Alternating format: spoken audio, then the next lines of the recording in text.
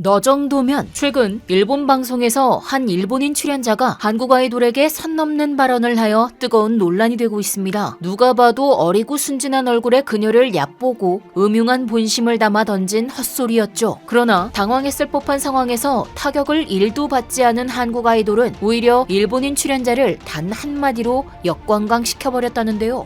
아리가또 고자르. 아리가또 고자르.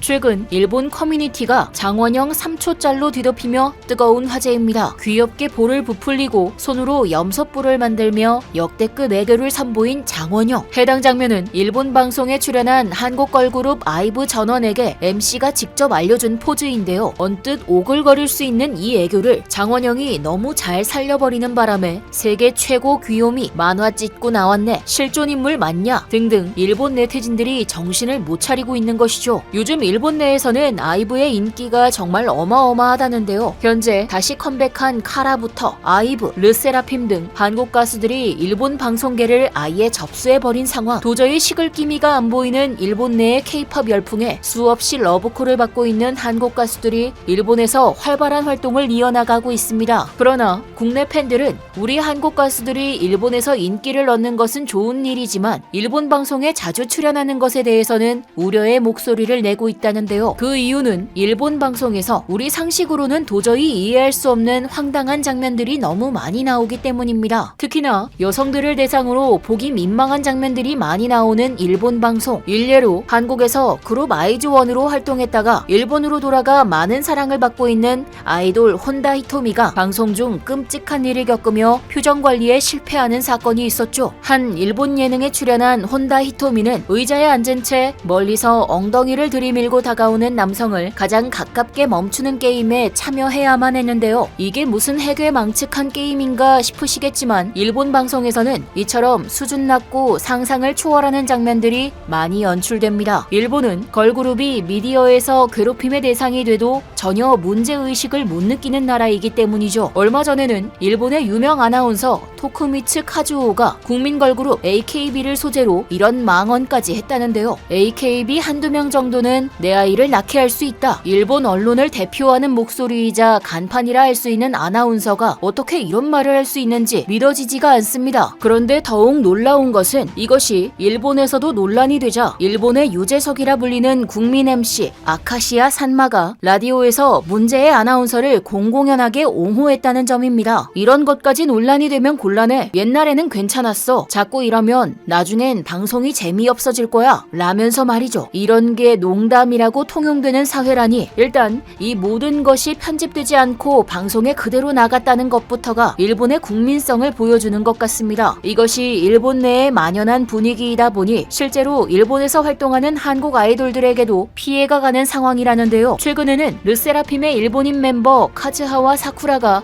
일본 예능에 출연했을 때도 이와 관련되어 큰 파장을 불러일으키는 사건이 발생했습니다. 문제의 장면은 일본인 MC가 카즈하와 사쿠라에게 고급 호텔의 하루 숙박 요금이 얼마냐고 질문을 던지면서 시작됐는데요. 두 멤버가 잘 모르겠다고 쩔쩔매자 MC가 남자친구랑 가봤을 거 아니냐? 왜 모르는 척하냐? 라고 비아냥거리며 희롱성 발언을 한 것이죠. 가대비한 신인 여자 아이돌에게 너무나 무례한 발언이 아닐 수 없었습니다. 카즈하와 사쿠라도 크게 당황하며 어쩔 줄 몰라 하는 모습을 보였는데 이것을 대수롭지 않게 웃어넘긴 일본 대중들과는 달리 이 장면이 번역본으로 퍼지자 해외 네티즌들 사이에서 더 큰 난리가 나기도 했죠. 심지어 장원영도 이와 비슷한 일을 겪은 적이 있는데요. 하지만 우리 참지 않는 장원영은 단 한마디로 참교육하며 일본 스튜디오 현장을 초토화시켜버렸다고 합니다. 몇 년 전 아이브로 데뷔하기 전 아이즈원으로 일본 예능에 출연했던 장원영. 당시 장원영의 나이는 14살이었죠. 그런데 옆에 있던 남자 패널이 일본 대표로 한국어를 보여준답시고 던진 멘트가 아주 가관이었습니다. 자기 귀엽다라니 절대 미성년자한테 할 발언은 아니었죠. 日本の芸人の代表として例のやつ食らわしてやってくださいよ。韓国語バージョンでいっちゃうよ。お嬢ちゃんいっちゃうよ。いっちゃうよ。オーケー。チャニキヨプター。何？何？